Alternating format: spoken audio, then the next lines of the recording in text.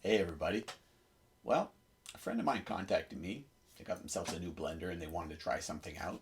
They said, "Hey, could you come up with something Mediterranean that I can do with my blender?" And I said, "Sure. What do you have in the house?" And they said, "Not too much. I got some dried bread and some walnuts and a few odds and ends." And then that got me thinking about Tarrator. Now, different regions interpret recipes differently.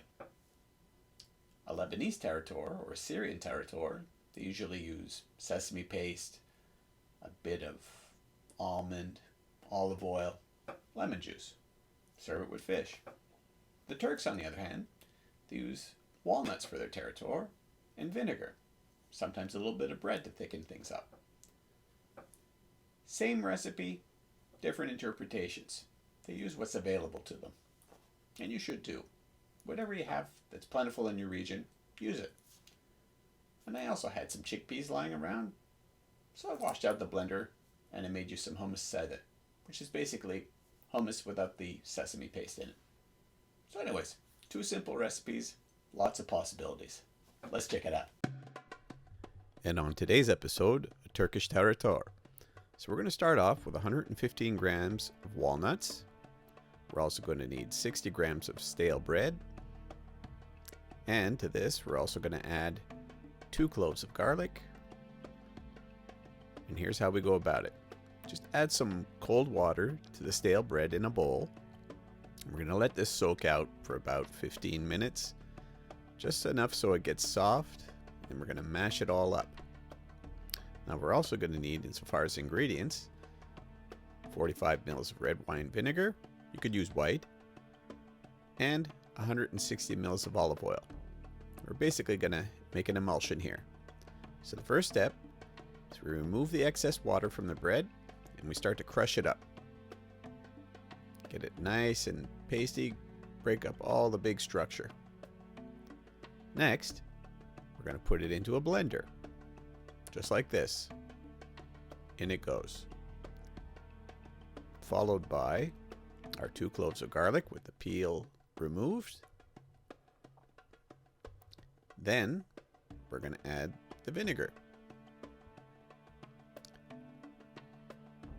Next, we're going to add the olive oil, but we're not going to add all of it. A good portion, but we're going to reserve a little bit just to loosen up the mix in case it gets too tight. This is sort of like making a mayonnaise, or any kind of emulsion for that matter. So we cap the blender, let her rip, and we gradually incorporate a little more olive oil. Finally, we add the walnuts at the very end. This paste should have a texture that's a little more coarse, and we don't want to buzz up the nuts too fine because it will also release the oil. And there you go. Turkish Tarrator, a really good accompaniment with fish, bread, all sorts of other goodies. After I cleaned the blender, we're going to make some hummus sada. So we're going to use 400 grams of cooked chickpeas. These could be either dried or canned. We're going to need the juice of 1 lemon. And we're also going to need some cumin, about 2 grams worth.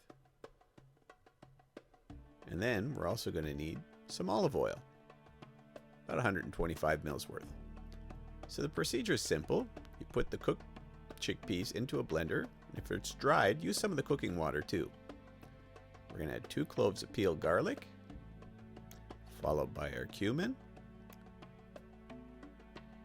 And then also we're going to add our lemon juice. And finally, a little bit of olive oil. Next, you hit the blender on pulse, and there you have hummus sada. Plain chickpea puree, no tahina. Now for meal ideas, with the Tarrator, it's an excellent accompaniment with boiled vegetables. So try it with some cauliflower, or even with some steamed fish. This is not uncommon in Turkey. Usually they use mackerel, but you can use any kind of fish. And the Tarrator gives it an extra texture, a boost in flavor, a little bit of zing. And here's a plate with both ingredients: the hummus, the vegetables, carrot salad, fish, and Tarrator. You can have this with a nice piece of pita bread, scoop it all up. It's a real yummy treat. Anyways, exotic blender recipes. Cheers, everybody.